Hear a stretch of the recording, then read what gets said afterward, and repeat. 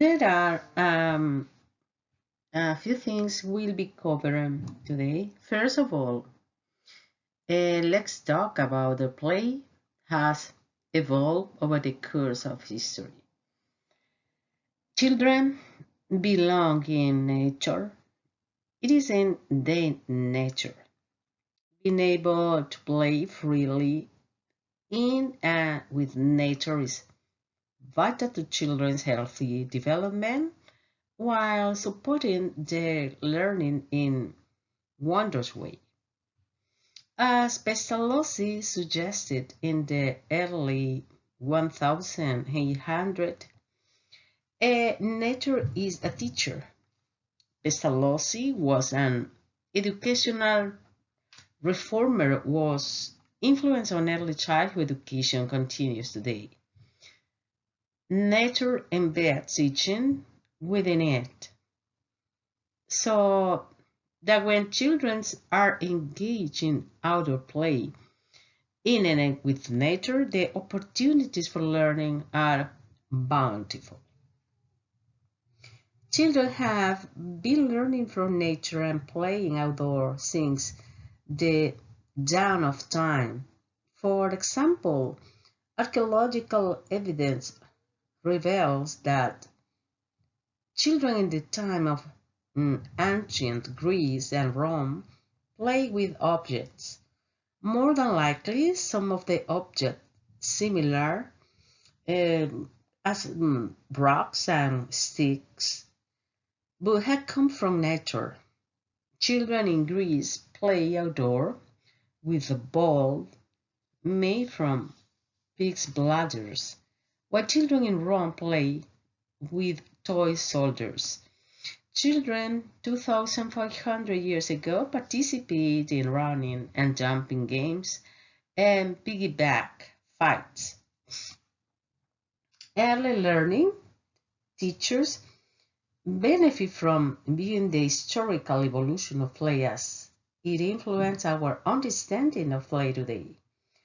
A historical perspective reinforces why early learning teachers today advocate for children to have opportunities to participate in outdoor plays.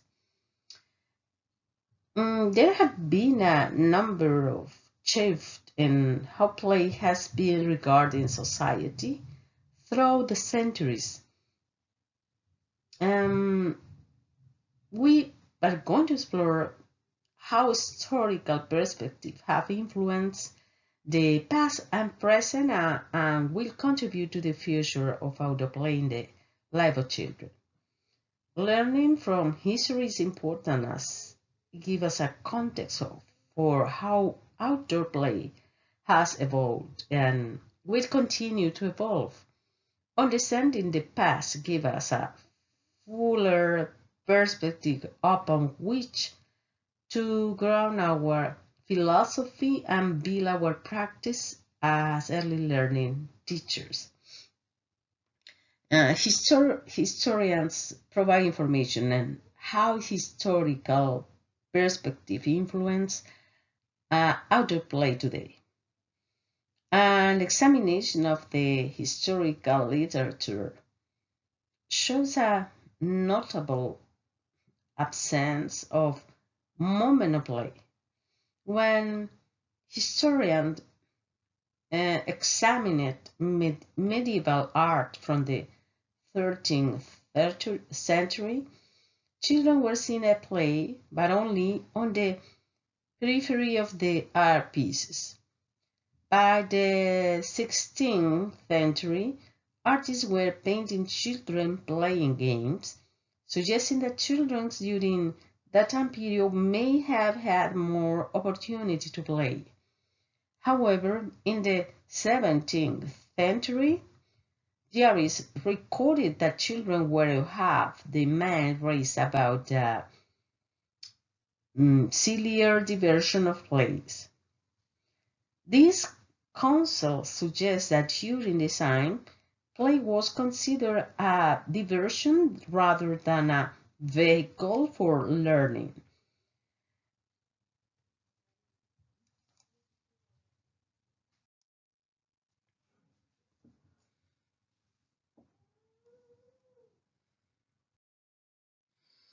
As you can read in this slide, in the 1880s, piles of sand were placed in public parks in Berlin, Germany, and this was the beginning of the sand garden movement that they are commonly used in all the daycares in this moment. Some play became a valuable part of childhood and benefit young people and school-age children both from developmental and psychological perspective. For the Victorians in the 19th century, play and leisure were rare, as they were regarded as a waste of time. For working class families, survival was at the forefront. Children often work in mines and factories, and for the children of middle class and rich families, leisure time for children was used for self-improvement. If there was play, it was to be purposeful, and at the turn of the 20th century, with the advent of the Industrial Revolution, schools were designed to introduce children to the new industrial order. There was a great migration from farms and rural communities to the cities, and immigrants from European nations came to North America to take position in factories. With the increase in land and usage devoted to factories and housing, there was a lack of play spaces in cities for children. In an effort to provide city children with safe places to play and keep them away from dangerous city elements, concerned citizens started what was known as the child saving movement.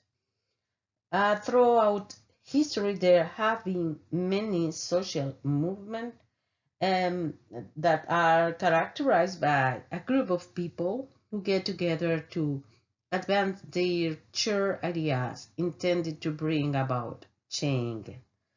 In the 20th century, advocates for children's work had to change the culture of childhood, where children access to play environment had become replaced by work in the factories or unsafe cities surrounded.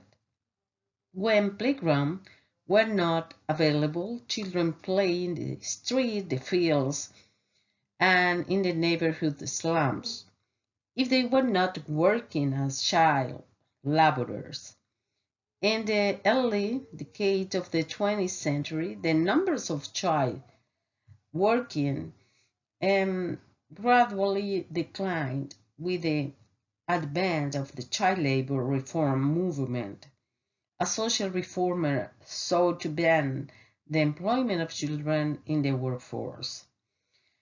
From a Canadian perspective, social reform had a positive influence on reducing child labor. For example, at the start of the 20th century, most provinces had enacted labor laws to restrict the employment of children. Legislation restricting child employment in mines was enacted in Nova Scotia or in British Columbia, and by 1929, children under 14 years of age were legally excluded from working in factories and mines in most provinces.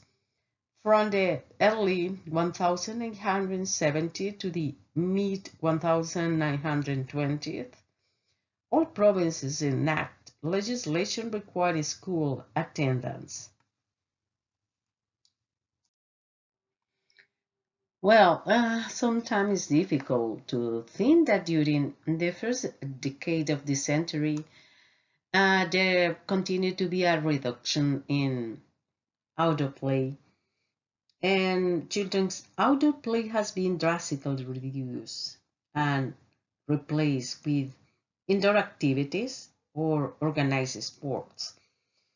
Research is clearly identifying that children require much more time playing and learning outdoors. There is recognition amongst many that childhood today is in crisis due in part to the lack of outdoor play. With children experiencing an unprecedented decline in opportunities for play, outdoor free play in particular, there is a mounting concern amongst child development, experienced play advocates, and a conviction that change is needed. This new generation of children is more scheduled, stressed, and involved in adult didactic activities than ever before. They are now being referred to as a play deprivation generation. Just as the child-saving movement evolved at the turn of the 20th century to help children who were left alone in the street while the parents work in factories, we are in the midst of a new movement for the 21st century to preserve children's right to play. This movement seeks to get children outdoors more often in order to reverse current trends. Will you become a part of this movement? Will you help change history?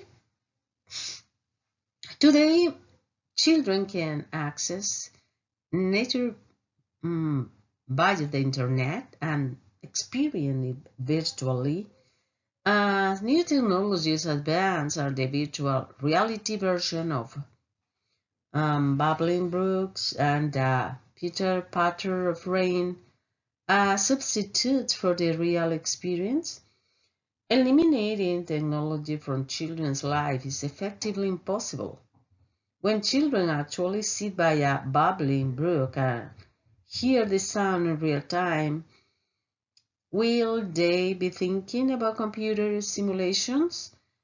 When children stand in the rain and feel the raindrops on their tongue, will they feel bored and with that they could experience rain visually?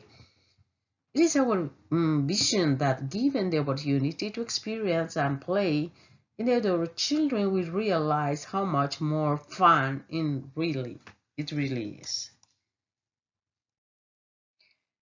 Play is spontaneously created by players in direct response to the human need to have fun, simple for its own sake. When you think back to your play experiences as a child, where did you have the most fun? Many of you will probably recall that you were outside. What children play is also an important consideration. Play is the way children learn. What children learn outside cannot be duplicated inside. And we'll find, or looking at this type of play, do you think that they could occur more so outdoors than indoors? In fact, the outdoor environment supports this type of play in ways that are not possible indoors. In the outdoor environment, children have room to be physically active and to play with objects, large and small. Outside, children have access to environment that lead them to explore and discovering ways that will enhance their symbolic and socio-traumatic plays. The outdoors lend itself to games that have been played for centuries. Well, we have this type of, the first one, physical play, include active exercise play, games with rules.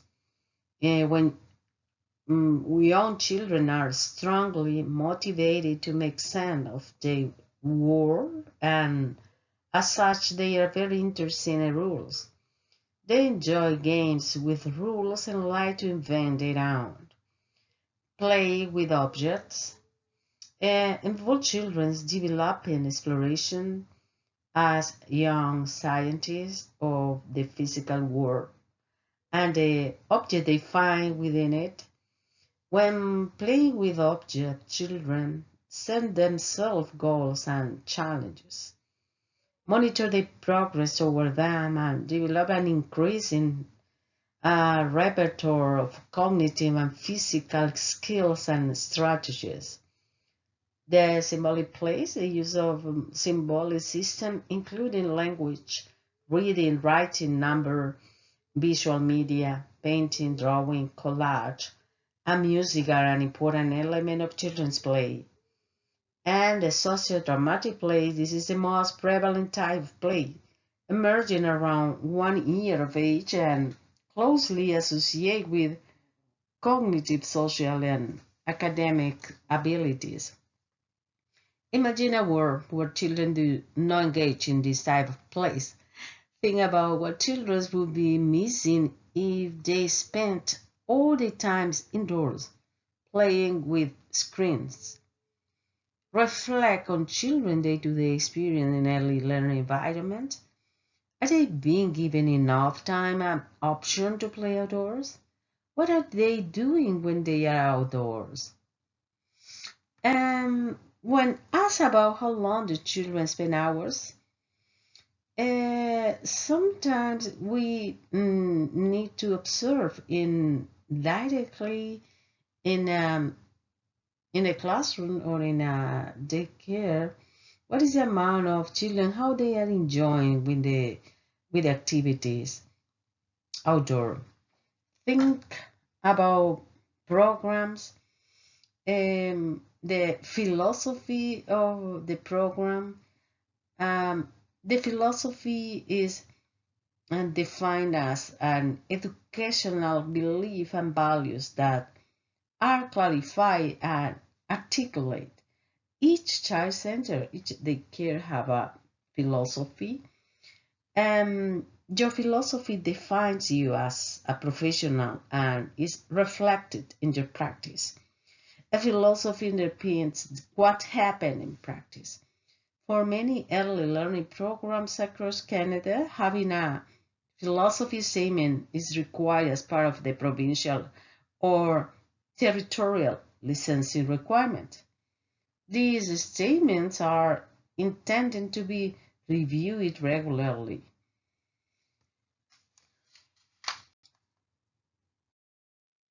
Now let's take a look at historical theorists have been influencing early program philosophies and continue to influence practice. Throughout history, great thinkers have influenced the way society has responded to children and other play. Today, this tradition is continuing as researchers and advocates from all over the world support and advocate for a societal shift to the move toward children having more outdoor play. It is important to know the pioneers of early childhood education whose work continue to influence the present. These are the giants on whose shoulders we stand. Well, we have to our next slide, the first one. Comenius was the originator of the concept of natural education and believed that children could learn holistically through all their senses. Likewise, Rousseau philosophy stressed the importance of play as an instrument for the development of the sense, the exercise of judgment through sensory experience and contact with things. He believed that children learn best in the natural world. Resource work influence Pestalozzi, Owen, and Froebel. Pestalozzi suggests that education should be carried out according to nature and a child's development. As a writer, philosopher, and defender of the poor, Pestalozzi valued play, indoors and outdoors, as central to human fulfillment and achievement at each stage of development. In the same way, we'll find Froebel. The nickname was the father of kindergarten. He created first kindergarten to reflect his philosophy about young children. He stressed that children should primarily be allowed to be children. He emphasized that curriculum be based on first-hand experience with nature, music, spirituality, the arts, and mathematics. Froebel believed play to be fundamental to all growth. He highlighted the necessity of interconnectedness and harmony between the inner and outer world of the child. The role of adults was to provide environment in which children could explore in areas not yet known but vaguely surmised. And the environment was crucial to the child's development and learning. The educator only has to learn how to provide the widest opportunities and means, as well as the fullest freedom for such play.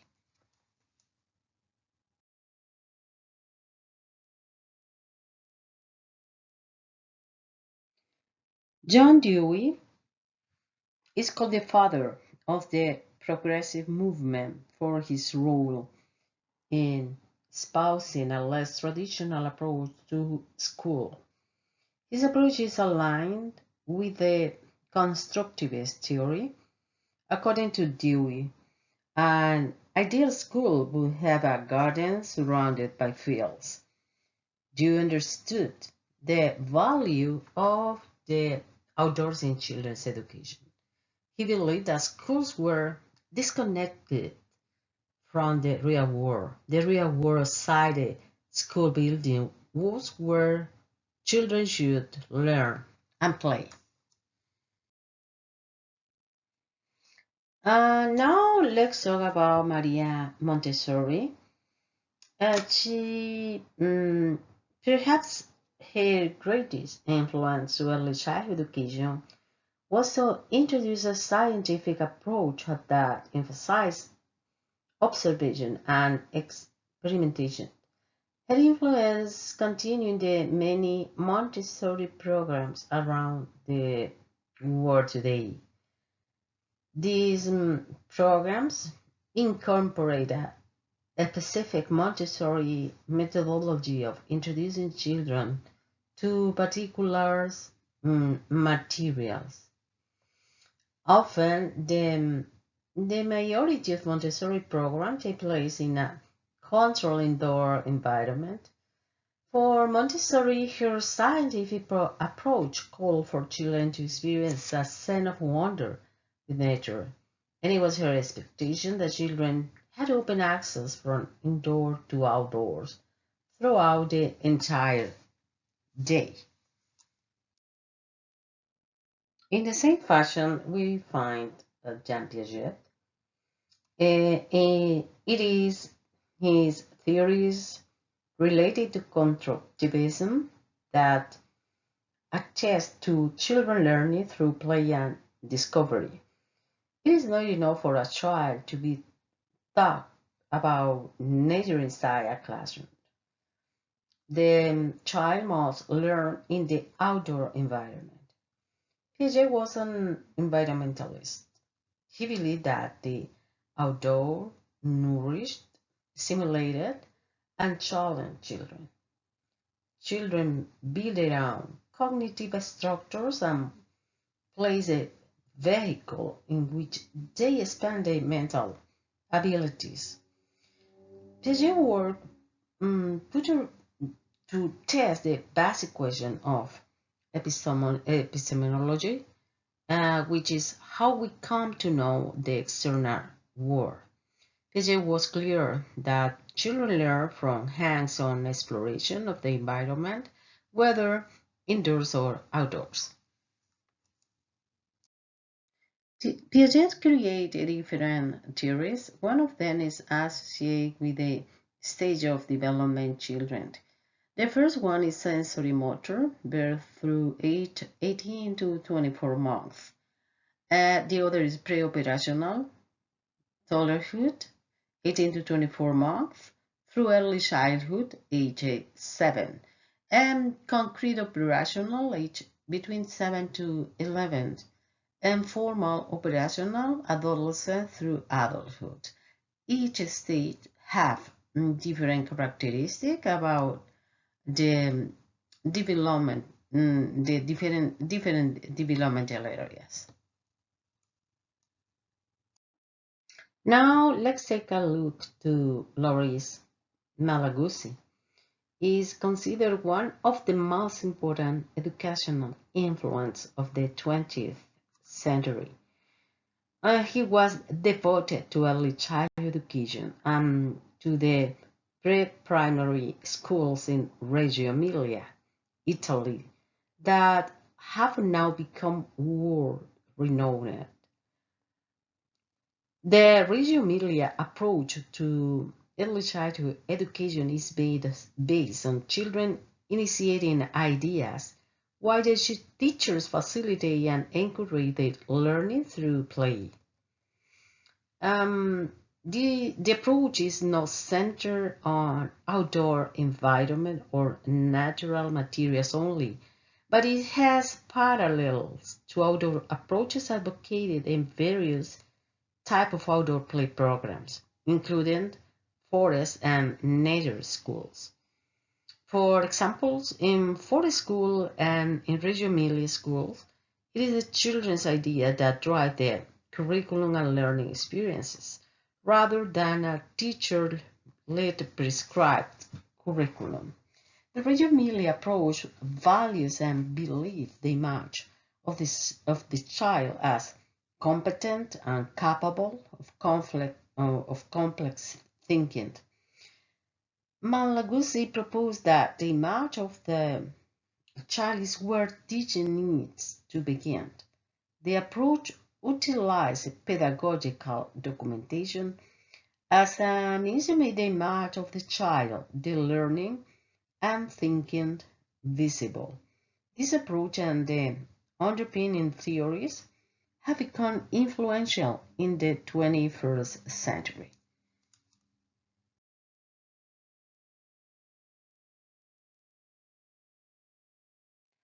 Now let's move on to theories of play.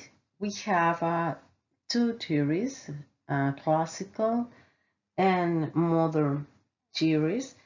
And theories help early learning programs and early learning teachers analyze practices and develop programs that support philosophy of teaching and learning. Examining past and current theories affords opportunities to critically think and reflect upon practice while developing an ever-evolving personal philosophy of your own. Theories about play have been divided into the two categories I mentioned before, classical and modern. Theories and theorists form the basis of philosophical orientations to outdoor play and learning. The study of philosophy is complex and requires deep thinking about the nature of reality, the nature of knowledge, and the nature of values. Well, uh, we'll find in the classical theories of place the surplus energies. This theory proposed that children need to play is because they have excess energy, and active play is needed to eliminate the surplus. In the practice theory, is the theory proposed that play is a mechanism for children to practice other roles. Children play the roles of significant people in their life, such as mothers, fathers, and teachers, based on observation. The other one, in practice or exercise theory, this theory suggests that play is a mechanism to replenish energy after hard work. When children engage in activities that are more cognitively focused, they need time to play actively to replenish energy. And the last one, recapitulation. This theory suggests that children engage in play that has them revisit the developmental stage their ancestors passed through in ways that help them alleviate negative behaviors and develop correct processes that support society. In the modern theories of play, we find five types of theories. The first one is cognitive development. This theory views play as a vehicle for children to use materials and interact with people as a way to build their knowledge about the world they live in. The second one is the neurobiological. The theory, based on new development in neuroscience, suggests that the environment that children are exposed to positively or negatively impacts brain development. Children who are engaged in quality play experiences are strengthening the neural network. The number three, psychoanalytic. The theory examines how play enhances emotional release and steam building as children act out their feeling and work through areas of challenge by role switching and repetition. Number four is the critical educational. This theory examines how play is influenced by gender, class, and racial inequality within society. Children should have freedom and control of their learning, while adults facilitate opportunities for children to examine inequalities. The last one, socio-cultural. The theory suggests that children learn about the social and cultural context of the world through experience in daily living. It is through play that children encounter problems and work through strategies that support them in their problem solving.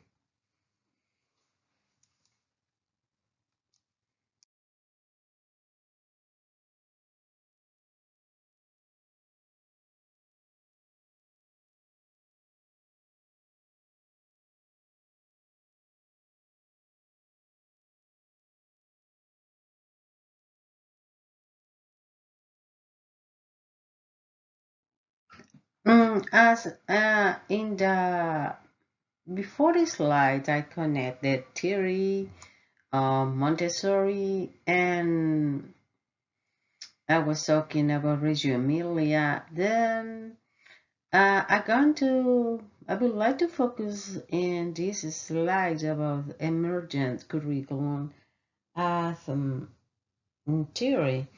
An emergent curriculum is an approach to teaching and learning that emerge from the interests of the learner and is co-constructed with the teacher. By focusing on interests worthy of investigation, possibilities for play and learning can emerge. Together with children, early learning teachers create a program and experiences that are not prescribed but unique to them. This approach provides an opportunity to give the ownership of play to children. Deciding on what is of interest to children is not a simple or rapid process. An emergent curriculum can be limiting if it is based only on things or topics in which children show an interest. For example, if the children have found a frog in the forest and show an interest, it does not mean that this should become the focus of the curriculum moving forward. What are the children thinking about? What and why are they curious about a frog? Time needs to be taken to think deeply and to encourage the voice of others in the play community, including the children and their families, before making the judgment call of what interest will lead the curriculum. In this point, a principle of practice, we have the experiential learning. Theorists such as John Dewey wrote about experiential learning in relation to the importance of learning place. Dewey identified that education is not an affair of telling and being told, but an active and constructive process. Children and educators can be co-constructors of pedagogy that emerge from nature and occurs in a specific place. Place-based educators often refers to Dewey as the ideological ancestor due in part because of his support for democracy, experience, and a learning environment. Connect to the theories. Place-based education is hands-on and inquiry-based. It is closely connected to sustainability and nature. For Dewey, gardens, fields, and forests made up the ideal world for children to learn.